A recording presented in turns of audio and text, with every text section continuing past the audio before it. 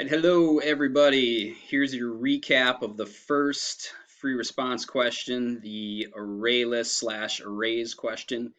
And we'll do it this way just because I'm going to walk you through my thinking process as I go. All right, this one's pretty straightforward. I've got the clock ticking, but I'm not in a hurry to get to the coding. I'm going to make sure I understand this question first. Okay, an organization raises money by selling cookies. All right, and they keep track of a cookie order with the cookie order class. Pretty straightforward. There's two things a cookie order stores, the variety or the type of cookies, and then the number of boxes that you order. Okay, we have a constructor that sets those variables, and then we have getters for both of the two instance variables, the variety and the num boxes. Okay, and that's it. This is a pretty typical array list question where you have a simple type of object with a couple instance variables, a way to construct that object, and then getters for both of those instance variables. And then you'll have an additional class that you're writing the methods for, which basically the big thing it has is just a list of those, of that other class, in this case of the cookie orders. Okay, that's our master order class, and really the only thing this stores is a list called orders of cookie order objects in an array list. Okay, the constructor just initializes that array list. It sets orders equal to new empty array list. Okay, remember array lists start empty. There's an add method. This might be left off, but realistically, you'll actually get things into that orders class. I'm sorry, that orders array list from outside this class. We would need an add method. So that's there. It just adds the cookie order object, the order, to our orders array list. And then we've got the two methods we want to write. The first one returns the sum of the number of boxes of all the cookie orders. Okay, and then the second one removes a variety. Okay, pretty straightforward methods just working with an array list here. Let's go through part A. Okay, the get total boxes method computes and returns the sum of the number of boxes of all cookie orders. If there's no cookie orders in the master order, the method returns 0. Okay, pretty straightforward. So, too much.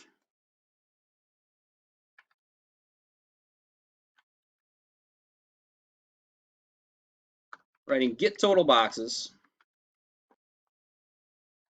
no parameters. We're just going to go through that array list called orders. To do that, this is a classic accumulation problem where we want to count up everything in the array list. I'm going to need some kind of variable for a total. And we'll start that at 0. And then I like to go to the end right away. Okay, it's the order that I want to return. That's the int I'm returning here. So I'm going to say right off the bat, return total. And I'll do my looping in between. Now, if you've been paying attention to how the actual rubrics work, you might get some points just for these two things here. A lot of times, if your code in the middle doesn't work, okay, it doesn't even make sense, as long as you try to create something and return it, you can get some points. I'm not too worried with this one. It's a pretty simple one. We're just going to loop through. We'll say int I equals 0 to I less than orders dot size. It's the dot size that gets us the length of array lists. I plus plus.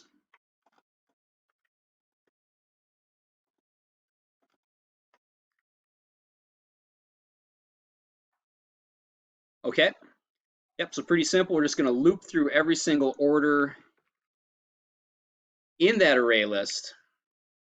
And then what we're going to do is we're just going to add the number of cookies or the number of boxes sold to that total. So we'll say total plus equals orders dot get I. Okay, so that's going to get the cookie order object in position I of our list of cookie order objects. Okay, but that doesn't give me an amount yet. That just gives me an object. Okay, remember with objects, there's different parts to it. We've got names, we've got the actual number of boxes. It's the number of boxes we want, so we're going to use the get num boxes method.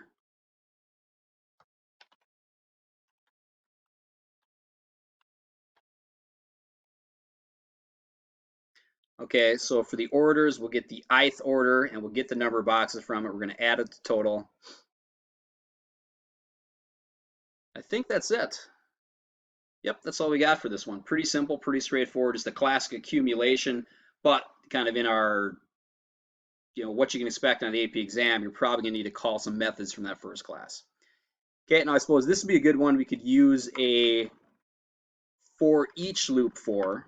Okay, or an enhanced for loop. We'll just run through what that's going to look like quick. It'll clean this line of code up a little bit. So we'd say for each cookie order, and what do I want to call it? I'll just call it C. Okay, in the orders array list, okay, so we're going to go through each cookie order called C in the orders array list. Watch how this is going to clean this up. We're going to add to our total just C, which stands for that order, dot get num boxes. It makes that line of code a little bit nicer. I don't think you're going to see anything on the AP exam where it would be impossible to do without a for each loop.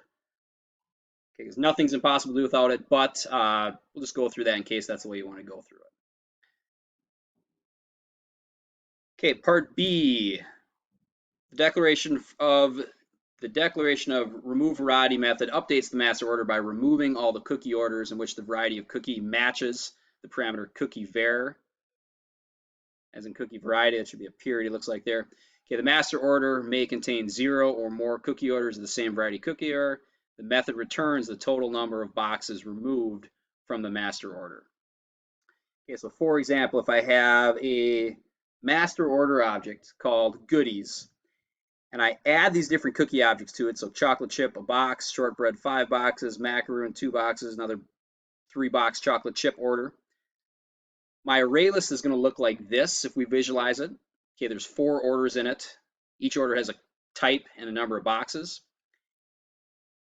And if I call the remove variety chocolate chip, what I want to do is I want to take all of the orders with chocolate chip for the variety out, and then also return 4 because there were 2 chocolate chip orders totaling 4 boxes. I think that's in here up also. Okay, the method returns the total number of boxes removed from the master order. And if I call something with remove variety brownie, something that's not in my order, okay, it'll return a 0 because we didn't remove any boxes with the brownies. Okay, again, make sure you understand the question before you get to the code. I'm good. I'm going to go on to the code here. Don't think I actually need that for the AP exam, but I'm going to put it on there anyways. All right. Again, I'm going to need a total number of boxes removed. So I'm going to make that right away. I'm going to give it a good variable name just so as I'm going through my code, I know exactly what that means. And now the big thing this method is doing is it's removing actual items from that list, from that array list. But kind of as a side note, it's returning how many boxes are removed. So again, I'm going to make sure I return that at the end.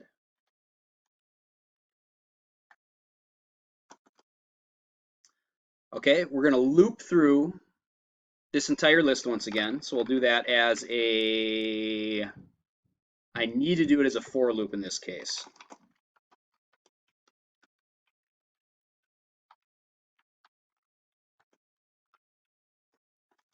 If you're removing, you could technically use an enhanced for loop, but I'm going to need the index to actually do the removal part. So I'm going to use the actual, just the normal for loop. Okay, so same loop header that I had for the last question. I'm going to loop through this entire orders array. And if I come across orders.getI, okay, so if my ith order and I go .get, I forget, it's the variety. Okay, I was going to say name, but get variety is the method I want to use.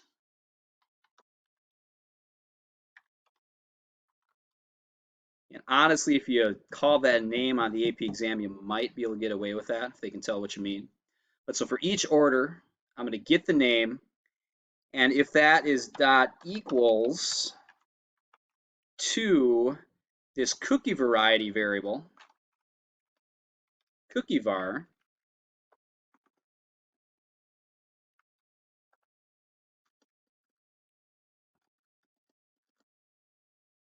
what do I want to do? I want to remove